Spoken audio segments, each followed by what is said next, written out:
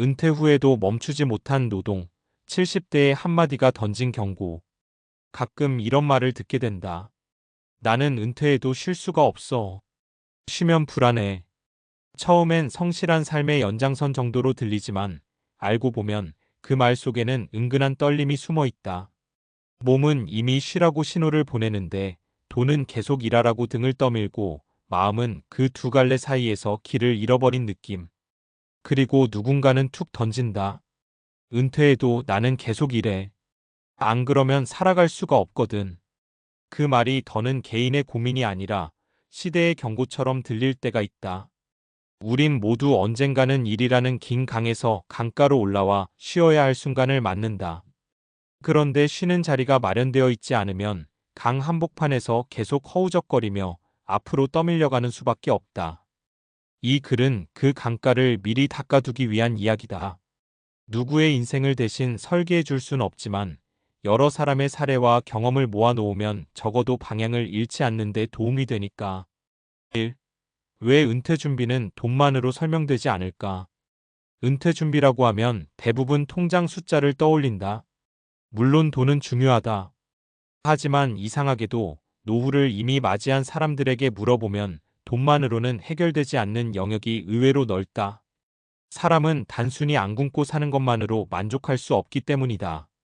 일에서 빠져나온 뒤 생겨나는 빈 시간, 나를 불러줬던 역할의 사라짐, 관계가 줄면서 찾아오는 사회적 고립, 그리고 갑자기 찾아오는 내가 할 일이 없다는 감정의 진공 상태. 그 속이 텅 비어 있으면 통장에 숫자가 있어도 마음이 헛헛하다. 반대로 숫자가 조금 빠듯해도 살아갈 리듬과 역할이 있는 사람은 꽤 단단하게 노년을 버틴다. 그래서 은퇴 준비는 결국 돈, 일, 관계, 건강, 자존감. 이 5가지를 동시에 챙기는 문제다. 그중 어느 하나가 무너지면 나머지 4개도 덜컥거리기 쉽다. 2. 70대들이 남긴 3가지 이야기. 여기 실제 대화를 토대로 정리한 3가지 삶의 조각이 있다. 각기 다른 길을 걸었지만 공통된 결론은 하나다. 은퇴는 멈춤이 아니라 재배치다. 사례 1. 72세 전직 공무원의 말 쉬는 방법을 못 배웠지. 공무원으로 35년을 일한 어 씨는 은퇴 후 한 달 동안 아무것도 안 했다. 처음엔 좋았다고 한다. 하지만 한 달이 지나자 하루하루가 이상하게 무거웠다. 아침에 눈을 뜨는데 내가 어디로 가야 하는지가 없어. 그게 생각보다 무섭더라고. 그는 결국 경비직 아르바이트를 시작했다. 이유는 돈 때문이 아니었다. 일하는 게 편했어. 사람을 만나고 내가 할 일이 있으니까. 하지만 1년쯤 지나자 무릎이 버티질 못했다. 일을 그만두고 나자 다시 공백이 찾아왔다. 어 씨가 말하길 은퇴 후에 쉴 줄 알아야 하는데 난 그걸 준비 안 했어. 쉬는 것도 연습이더라. 그 후 그는 동네 복지관에서 그림을 배웠고 지금은 작은 전시회에 작품을 낼 만큼 열심히 한다. 일은 그만했어도 할 건 생겼어.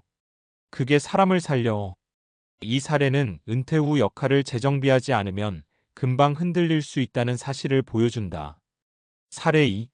70대 자영업자 B씨 벌려고 일한 줄 알았는데 버티려고 일한 거였어. B씨는 30년 넘게 작은 식당을 운영했다. 은퇴를 결심했을 때 가장 먼저 떠오른 건 이제 좀 쉬자였다. 하지만 폐업 후 집에만 있으니 마음이 자꾸 가라앉았다.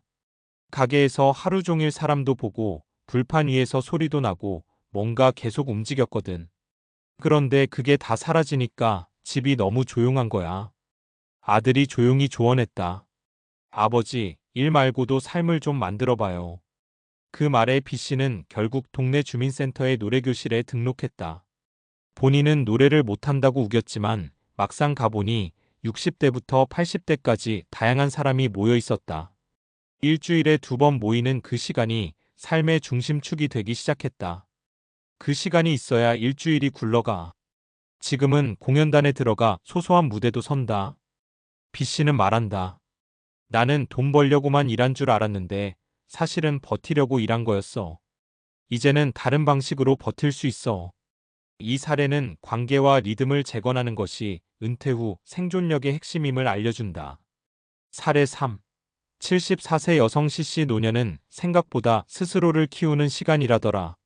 C씨는 남편보다 10년 일찍 은퇴했다. 처음엔 남편이 직장에 나가는 동안 집안일만 하다 보니 시간이 너무 느리게 흘렀다. 잠깐 주부로 돌아온 줄 알았는데 주부라는 역할도 오래 해보니 나를 삼켜버리더라고. 그러다 우연히 들은 강연에서 노년은 성장의 시기라는 말을 들었고 이상하게 그 말이 꽂혔다. 그녀는 평생 해보고 싶었던 것들을 종이 위에 적어보기로 했다. 영화 동호회, 에세이 쓰기, 봉사활동, 가까운 지역 여행. 그중 가장 먼저 시작한 건 글쓰기였다. 그리고 놀랍게도 지역 잡지에 글이 실리면서 새로운 사람들과의 연결이 생겼다. 늦어도 괜찮더라고. 젊을 때 못한 거 지금 하면 돼. 나를 다시 키우는 느낌이야. C씨는 지금도 외출할 날이 더 많다. 남편은 농담처럼 말한다. 아내는 은퇴했는데 바빠졌어. 이 사례는 은퇴가 소멸이 아니라 확장이 될 수 있다는 가능성을 보여준다. 3. 은퇴 후 삶을 버티게 하는 5가지 기반. 세 사례에서 공통적으로 드러난 핵심은 다음 5가지다. 1. 기둥이다. 그러나 집은 돈만으로 완성되지 않는다. 생활비, 의료비, 예측 가능한 지출을 관리하는 최소한의 틀은 필요하다. 그러나 경제적 불안이 사라진 다음엔 다른 문제가 찾아온다. 즉, 자금 계획은 필수지만 전부는 아니다. 이 역할이 사라진 자리에 새로운 역할이 필요하다. 사람은 나를 부르는 목소리가 있어야 건강하다. 일이 사라지면 그 자리에 작은 역할을 세워야 한다. 동호회든 자원봉사든 취미든 일상이든 어떤 형태라도 괜찮다. 3인간 관계는 은퇴 이후의 보험이다. 관계가 줄어들면 고립감이 깊어진다. 은퇴 이후의 관계는 스스로 만들어야 한다. 직장 관계는 자연스럽게 사라지므로 새로운 연결망이 필요하다. 4. 건강은 선택이 아니라 생존력이다. 젊어서 체력이 보너스였다면 노년의 체력은 필수 자본이다. 걷기, 스트레칭, 근력 유지. 가장 단순한 것이 가장 오래 간다. 나를 돌보는 기술이 있어야 한다. 생각보다 많은 사람이 자기 감정에 무관심하게 살아왔다. 은퇴 후엔 감정이 무거워질 때가 많다. 그럴수록 감정 관리, 정서적 루틴, 일상의 균형 잡기가 중요하다. 4. 우리가 지금 던져야 할 질문. 우리는 지금 어떤 노년을 준비하고 있을까? 지금의 삶을 10년 뒤까지 그대로 끌고 갈 수 있을까? 혹은 은퇴 후에 내 모습이 잘 그려지지 않는다면 어디서부터 손봐야 할까? 사실 완벽한 은퇴 준비는 없다. 예상치 못한 일이 언제든 생길 수 있고 계획은 늘 틀어진다. 하지만 빈손으로 은퇴하는 것과 최소한의 방향을 갖고 은퇴하는 것 사이에는 큰 차이가 있다. 오늘부터라도 스스로에게 천천히 질문을 던져보면 좋다. 내가 하고 싶은 일은 뭘까? 누구와 함께 나이 들고 싶을까? 몸이 허락하는 범위에서 어떤 리듬을 만들 수 있을까? 나를 앞으로도 살아있게 하는 건 무엇일까? 이 질문들이 은퇴의 공백을 채우는 작은 등불이 된다. 마무리하며 70대의 한마디가 우리의 마음을 두드린다. 은퇴해도 계속 일해야 했어. 쉬는 걸 준비하지 못했거든. 그 말은 누군가의 후회일 수도 있고 누군가의 충고일 수도 있다. 중요한 건 지금의 우리가 그 경고를 흘려듣지 않는 것이다.